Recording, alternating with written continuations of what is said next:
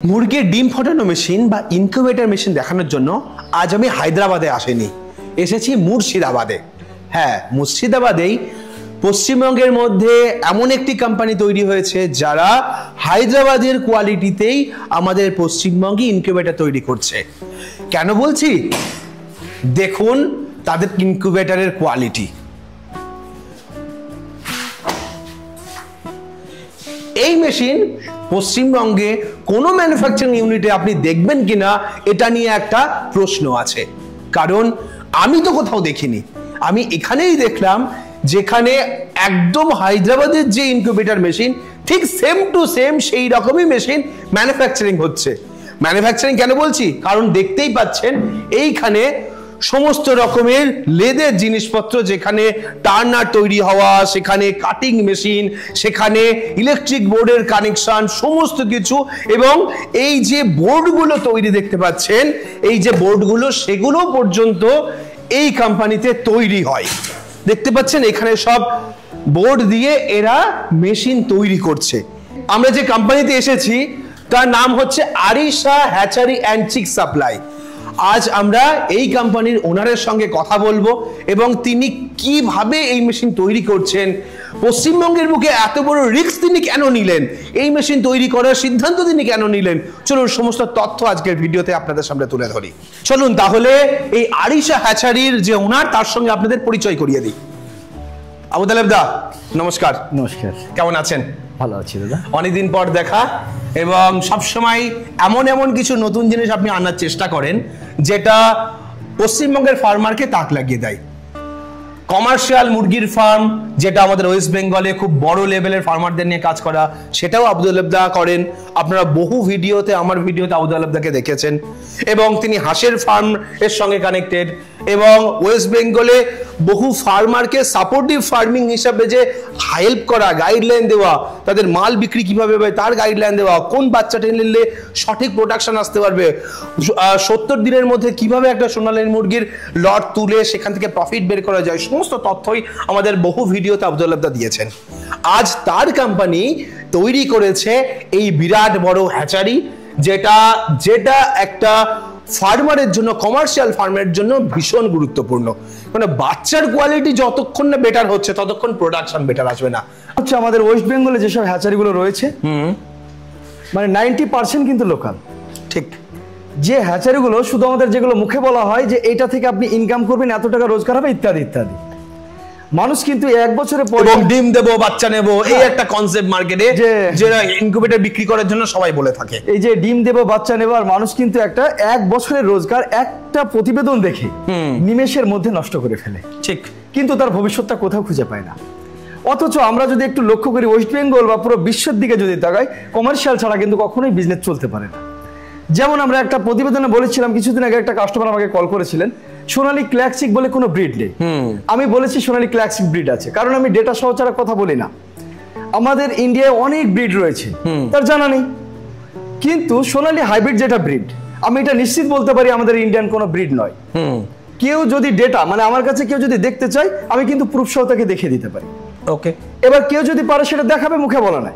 আমরা যেমন এখানে বলেছি যে আরিশা হ্যাচারি ওয়েস্ট বেঙ্গলে আমরা কিন্তু ম্যানুফ্যাকচারিং এ প্রথম স্থানে রয়েছি, এটা মুখের কথা নাই, জায়গায় এসে কেউ দেখতে পারে।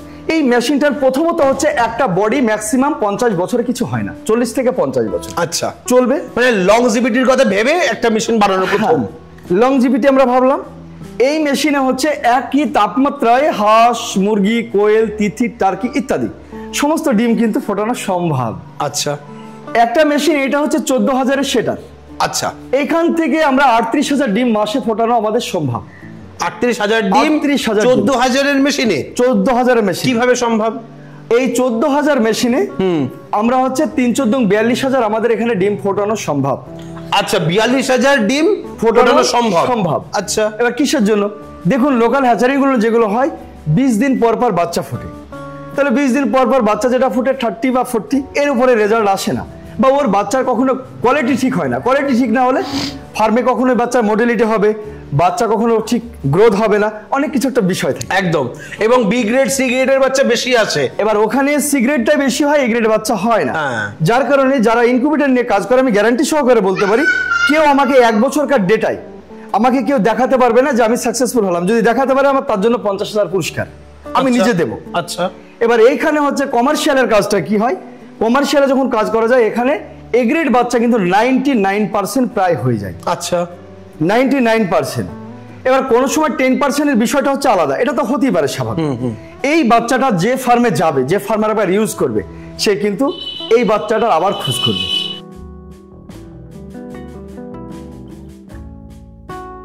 যে ব্লেড গুলো আছে, এই ব্লেড গুলোর কাজ হচ্ছে এই সাইড দিয়ে বাতাসটা এসে আবার বাতাসটাকে টানা।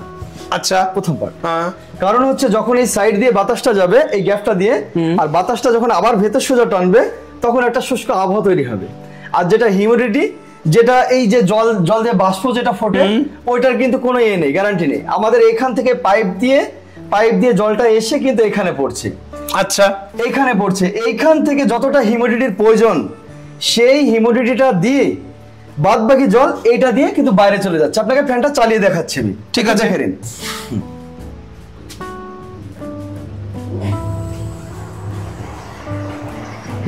একটা দারুণ হাওয়া আসছে, একটা খুব সুন্দর। এই হাওয়াটা এর মধ্যে সার্ভিসের মধ্যে ঘুরবে এই ঘরটার মধ্যেই। এখানে আপনাকে আরেকটা পার্ট আমি দেখাতে পারি, এই বাতাসটার কাজ কি, একটু বাইরে আসুন। আচ্ছা, দেখান।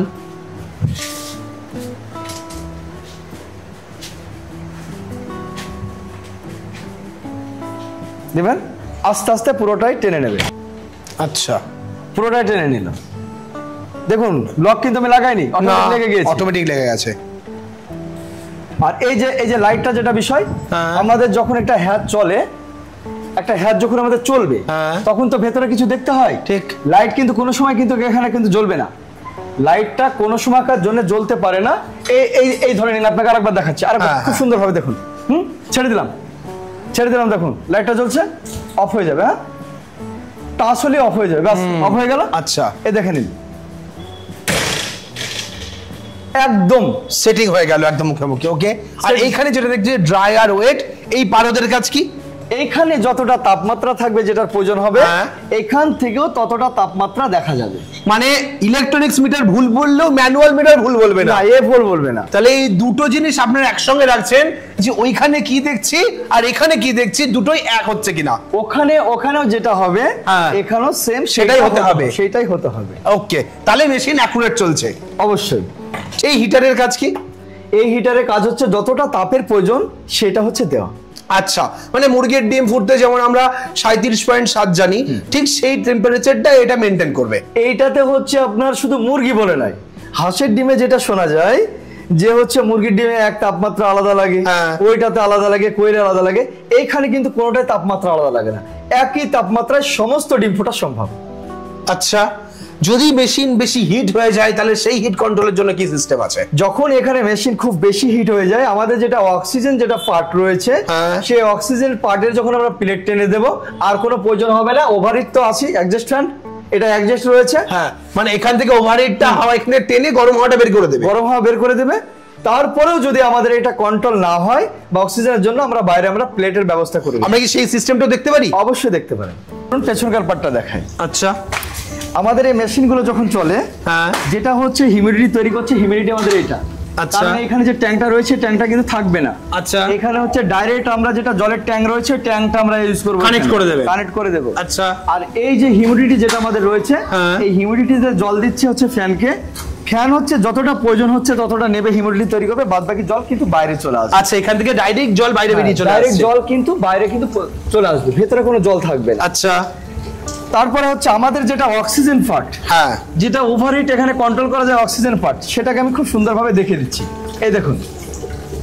আচ্ছা, এখানে কাটিং করা আছে। যখনই মেশিন বেশি গরম হবে তখন আপনারা এই বাইরের অক্সিজেন পার্ট এটা ফাঁকা করে দেবেন, এখান থেকে হাওয়া ভেতরে টেনে নেবে। অবশ্যই। বাহ, সেম একই অপশন রয়েছে। আচ্ছা, পুরোটার মানে যেহেতু এই পার্টের দুটো পার্ট, সেই কারণে একসঙ্গে দুটো করা আছে। ওকে, দুটোই সেম সিস্টেমে চলছে। এখানে কি ধরনের মোটর ব্যবহার করেছেন? Industrial motor. আচ্ছা, তো এই মোটর সবসময় চলবে, কোনো অসুবিধা হবে না? 24 ঘন্টা চলবে? 24 ঘন্টা তো দূরে থাকে, এটা 2 বছর চললেও কোনো ক্লেম আমাদের কাছে আসেনি। আচ্ছা, খারাপ হবে না? খারাপ হবে না। ওকে, আর এই যে আপনারা এখানে দেখতে পাচ্ছেন এই মোটরটা দিয়ে ফ্যানটা চলছে, ভেতরকার ফ্যানটা এটা দিয়ে কন্ট্রোল করছে, এটা থেকে কন্ট্রোলটা হচ্ছে। ওকে, আবার আমরা এটা কিন্তু বাইরে থেকে আমরা অফ করতে পারি। এই দুটো হিটার।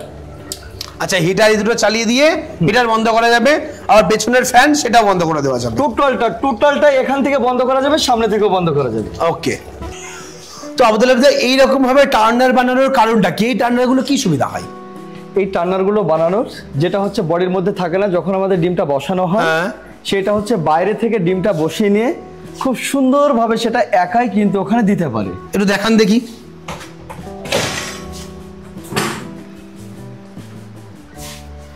এই দেখুন, এখানে ডিমটা প্রত্যেকটা পার্ট বসানো হয়ে গেল। বসানোর পরে সেম একা হচ্ছে টার্নারটাকে এইভাবে নিয়ে গেল। এটা একার পক্ষে সবকিছু সম্ভব, এর জন্য কিন্তু কোনো লোক কিন্তু আলাদা লাগে না। বাহ, মানে খুব ইজি সিস্টেমে এটাকে ভেতরে ঢোকানো এবং বাইরে বের করা যায়। একদম হয়ে গেল। বাহ,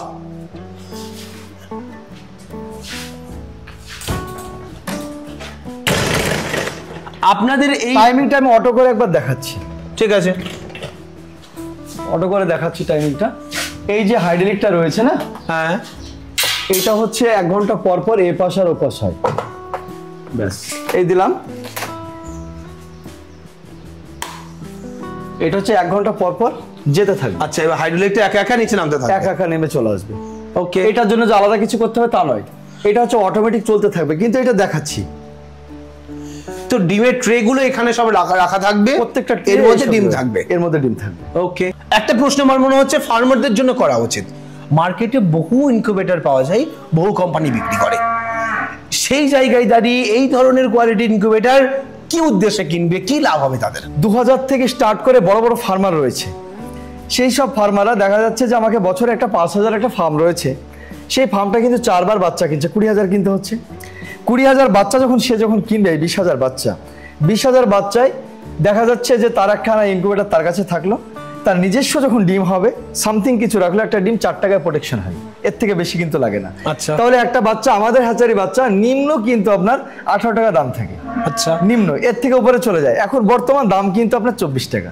আচ্ছা। আর লোকাল যে বাচ্চাগুলো রয়েছে তার দাম 15 টাকা 16 টাকা হতে পারে। আচ্ছা, সেখানে আপনার 2-3 টাকা দাম বেশি এই মেশিনের বাচ্চা, 4 টাকা ডিফারেন্স হয়ে যায়, 4 টাকার। আচ্ছা। লোকাল বাচ্চা এই মুহূর্তে কিন্তু বাচ্চা 15 থেকে 18 টাকার মধ্যে পেয়ে যাবে, কিন্তু আমাদের বাচ্চা 24 টাকার, যদি বলে 24 পয়সা কম কিন্তু বাচ্চা পাবে না। অথচ আমাদের হিউজ বাচ্চার প্রয়োজন। এবার এইগুলো হচ্ছে একটা ফাট একটা হয়ে গেল, তার ওইখান থেকে বেশ কিছু একটা প্রফিট চলে আসছে। মানে 4 টাকায় ডিম উৎপাদন করে বাচ্চা ফুটিয়ে তার কত টাকা খরচা পড়ছে? বাচ্চা ফুটিয়ে মোটামুটি নিজস্ব যদি প্যারেন্টস হয়ে থাকে, ডিম যদি থাকে, তাহলে আপনি ওখানে হচ্ছে 1 টাকা 50 পয়সা অ্যাড করতে পারেন। আচ্ছা, আমি 2 টাকায় যদি ধরি তাহলে 6 টাকার মধ্যে তার বাচ্চা রেডি হয়ে যাচ্ছে, 6 টাকার মধ্যে, যেটা মার্কেট থেকে কিনছিল সে 18 টাকা 20 টাকাতে। 18 টাকা 20 টাকা। আচ্ছা, তার মানে সেখানে প্রায় তার 10 থেকে 12 টাকা সেভ হচ্ছে পার বাচ্চাতে। একদম 12 টাকার ওপরে যাবে, নিচে আসবে না। আচ্ছা, বুঝতেই পারলেন, আমরা কোনোদিনই ভিডিওর মাধ্যমে ডাইরেক্ট কোনো কোম্পানিকে বলি না আপনার কোম্পানির মেশিন ভালো, আপনি এখান থেকে কিনুন, কারণ সিদ্ধান্ত আপনার, ইনভেস্ট করবেন আপনি। আমাদের শুধু কাজ হচ্ছে আপনাকে সঠিক জিনিসগুলো আপনার সামনে তুলে ধরা। আজ সেই কারণে আমাদের আশায় আরিশা হ্যাচারিতে যে এই ধরনের মেশিন আমি ওয়েস্ট বেঙ্গলে খুব কম জায়গাতেই দেখেছি যারা হায়দ্রাবাদ থেকে কিনে নিয়ে এসেছে তাদের কাছে। তো এই যে হ্যাচারি যেখানে তৈরি হচ্ছে, ম্যানুফ্যাকচারিং ইউনিটে আজকে এলাম, আপনার মেশিনটা দেখে কেমন লাগলো, আপনার কি মনে হলো সেটা আপনি আমাদের কমেন্টে জানান। এবং এখানে দাদা যদি কেউ ইনকিউবেটর কেনার জন্য আসতে চায়, যোগাযোগ করতে চায়, কিভাবে করবে যদি সেটা একটু বলে দেন। দেখুন, এটা হচ্ছে মুর্শিদাবাদ আমিনাবাদ, মানে আমাদের পিএস দমকল। আচ্ছা। এখানে কোচবিহারের দিক থেকে, মানে উত্তরবঙ্গের থেকে যদি কেউ আসে তাহলে ট্রেনের রুটে আসলে বহরমপুর কোর্ট, বহরমপুর থেকে অ্যাভেলেবেল বাস ডমকলে, ডমকল থেকে এখানে অটো রয়েছে মাত্র 15 কিলোমিটার, একদম সামনে এসে নেমে যাবে। ওকে। যদি কলকাতার সাইড থেকে কেউ আসতে চায় তাহলে হচ্ছে ট্রেনের রোডে যদি চলে আসে তাহলে কৃষ্ণনগরও আসতে পারে, আবার আপনার বহরমপুরও আসতে পারে। কৃষ্ণনগর সাইডে যদি আসে, কৃষ্ণনগর থেকে ট্রেনে থেকে নেমে শিয়ালদা থেকে কৃষ্ণনগর থেকে নেমে নতুন বাস স্ট্যান্ড থেকে অ্যাভেলেবেল বাস রয়েছে ডমকল। আচ্ছা, স্ক্রিনে যে নাম্বার দেওয়া আছে সেই নাম্বারে ফোন করে কথা বলতে পারেন আবু তালেবদার সঙ্গে, এবং তার মেশিনের কোয়ালিটি আপনারা দেখতে চাইলে সরাসরি এখানে আসতে পারেন, এবং কোথায় কোথায় তার মেশিন গেছে এবং তাদের সেই মেশিনের কোয়ালিটি কেমন হচ্ছে বাচ্চার, সেগুলোও চাইলে ফোন করে জেনে নিতে পারেন, সেই জায়গাগুলো ভিজিট করতে পারেন। অবশ্যই। আজকের ভিডিওটা আমরা এখানেই শেষ করব। পরবর্তী ভিডিওতে ইনকিউবেটর নিয়ে আরো যদি আপনার কোনো প্রশ্ন থাকে সেগুলো কমেন্টে জানাবেন, সেই প্রশ্ন নিয়ে আমরা নতুন ভিডিও বানানোর চেষ্টা করব। তো সকলে সুস্থ থাকবেন, ভালো থাকবেন, বাই।